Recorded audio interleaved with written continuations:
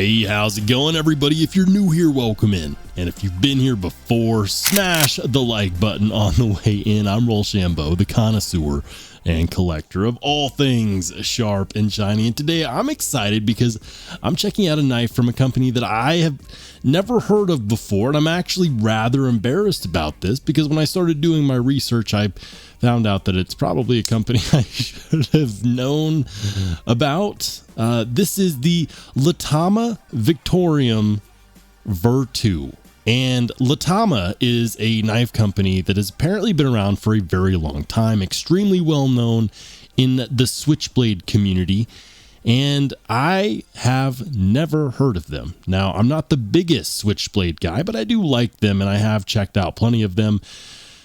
So yeah, a little bit embarrassed here. Big shout out and thank you to the channel member who loaned this to me. This is their personal knife, and they just happen to be a friend of the designer, who is James Fang, who is also someone I'm not terribly familiar with.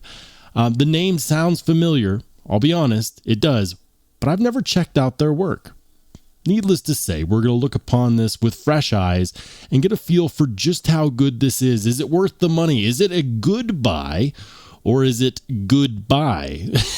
Today we're going to talk about it and we're going to find out. Let's go ahead and start with the goods. How much does it cost? And what's it made out of? Well, first and foremost, this is a 7.1 inch knife with a 3.1 inch blade that is stone washed and very nicely milled. Now, this does appear to be a flat grind, and it's a pretty high flat grind, but it's not what I would consider to be a full flat grind. They call this a modified sheep's foot, which is to say it could be a sheep's foot, could be a Wharncliffe, could be a number of different things. Shout out your favorite option in the comment section. It's got a nice swedge here near the tip, and that's great for some perfect cutting relief, especially if you're doing precision cuts. The handle scales are nicely contoured titanium handle scales with some really classy milling going on right there. We've got a bit of a cutout right here, and that leads us to the back spacer, which is a nearly full length, I would say nearly like 3/4 length titanium back spacer with the only branding that I can find on the knife at all. That's a perfect place to put branding. I approve, and I wouldn't mind if more companies did that. Great job. It leads into this really nicely done lanyard hole. I'm not big on lanyards, but plenty of people still are. That's okay. On the other side, we've got a reversible 3D milled titanium pocket clip, and it's a ball bearing clip. A lot of people don't know this, but Begg Knives, or Todd Begg, was one of the first to ever use a ball bearing pocket clip, and it works fantastic because it doesn't tear up your jeans. It allows for plenty of flow in and out of the pocket. Hardware we're looking at here is nicely polished hardware. We've got T8 for the pivot, T6 for the body screws, and on the show side, we have a nice insert right here. So if you are left-handed, you can of course pop the pocket clip over and you've got a nice insert to fill in the gap. So that's great. Really enjoying that. The handle scales are contoured and they're very, very comfortable. That's nice, guys. That feels solid, especially with this pocket clip being a 3D milled popsicle style pocket clip. It allows for absolutely no hot spots. You could get a nice full grip on this and you would be just fine. The deployment options, well, it's kind of a 1, 2, or maybe 3 deployment options. Let me explain for a second. So on the deployment options, we've got a flipper tab. The flipper tab works really well. And then of course, you know, whenever you have a button plunge lock design like this, you can use that as the deployment option itself. You know, coming from a company like Latama, which, you know, according to history that I missed, is a switchblade company, I'm surprised that this isn't an automatic. Very surprised, but pleasantly so. I think that it works very well in this manual plunge lock format. Also, you have this fuller here, and it looks like it's accessible, but honestly, it's not until you get down to right around about here. So if you reach down, you dig down, you can, of course, reverse flick it. Thumb flick is kind of a no-go, but how's the quality of life? Well, we've got perfect blade centering. The lockup feels really solid. Great job on that lockup. And then, of course, on the handle scales, they're very nicely bead blasted. And that stonewash on that blade is really, really top notch. I like it. Stonewashing on a blade is underrated. It helps with corrosion resistance. It helps with wear resistance over time. You know, you put this through enough cardboard boxes, it'll hide those scratches very well. It's a knife that looks very classy, and it also performs really well. Now, because this isn't my knife and I wasn't given express permission to do so, I'm not doing any cut tests today. I'm also not going to be spine whacking this guy. I'm not going to be doing the spine whack test to figure out how good the plunge lock is.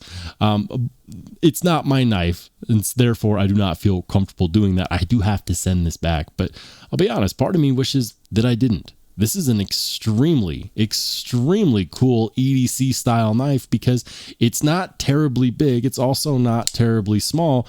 I've got average man-sized hands and I can fit in perfectly behind that flipper tab. No problem. Also, check this out. We've got jimping on the spine of the blade in not one, but two places, which kind of points to the fact that they imagine people are going to be using this for regular everyday carry utility tasks. And it makes a whole lot of sense in that vein. Now, the blade being M390 and the OEM, which I'm not familiar with, but I'm assuming that they're a prominent Italian OEM. My biggest concern with M390 coming from Italy is going to be how hard the steel is, because many companies in Italy are known for going softer on the heat treat. And it's not just Italy, but they have gotten a bit of a rap for that. But what I do know is that on the website, which by the way, I will link to down below, on the website, the Virtu is listed to have M390 in the range of 60 to 62. And that's great. That's the perfect range for M390. You're not going to see me complain about M390 anywhere in the realm of 60 to 62. So if that's what they're targeting, I think that that's fantastic. Yeah, that's really freaking good. But in all honesty, there are a few things that I'm not the biggest fan of. And none of these are flaws. These are in fact personal preferences, but these are also preferences that a lot of EDC enthusiasts have as well. And the first is going to be the lack of a single-sided captive pivot. There is, at least as far as I know, no captivity being done on this pivot, which means that it's probably a free floating pivot and you have to hold one in place while you unscrew the other, so on and so forth. The next on the hardware front is going to be the T6 body screws. Now, my main reason for not liking T6, and I actually have two, but my main reason is that I don't like having to switch between a T8 to a T6 and then back to a T8 whenever I'm taking my knife apart to clean or maintenance it. I just want it to be more simple. The second reason is that T6 screws have a tendency, not always, but they do have a tendency to strip a bit easier than T8. And that includes the bits. The T6 bits are notorious for stripping, and I just don't like that. I would love to see T8 screws on this knife, especially considering the price. It's $249. That's actually a rather impressive price for what you get. Between the contoured titanium handle scales, the full 3D milled titanium hardware like the pocket clip and the back spacer, this M390 blade, which has been expertly stonewashed, amazing action. This is a sublime button lock action. If I had to liken this to anything, this actually reminds me most, at least on the action front, to that of maybe a ProTech Malibu. Yeah, that sounds about right. But to be frank with you, I actually think that this looks a bit classier. Now, the good people over at Latama have done a better job of taking photos than I have, but I have tried to do my best. And you have probably seen those photos throughout the video. But you'll have to let me know, guys, what are your thoughts on the Latama Victorium Virtu? This is a really sweet knife, in my opinion. $249 feels very fair, and they are officially out. They're released within the last day or so. So you can buy one, $249, and it could be yours. But let me know what your thoughts are in the comments section down below. What do you think of this really beautiful Italian-made titanium premium gentleman's button lock folder? That's a mouthful. Anyways, let's have that conversation in the comment section down below. I absolutely love what they're doing here. Guys, if you liked the video, if you watched the video and you haven't done so yet, please consider hitting that subscribe button. But if you just want to watch some more awesome knife and EDC content, go ahead and click on one of the videos that pops up next.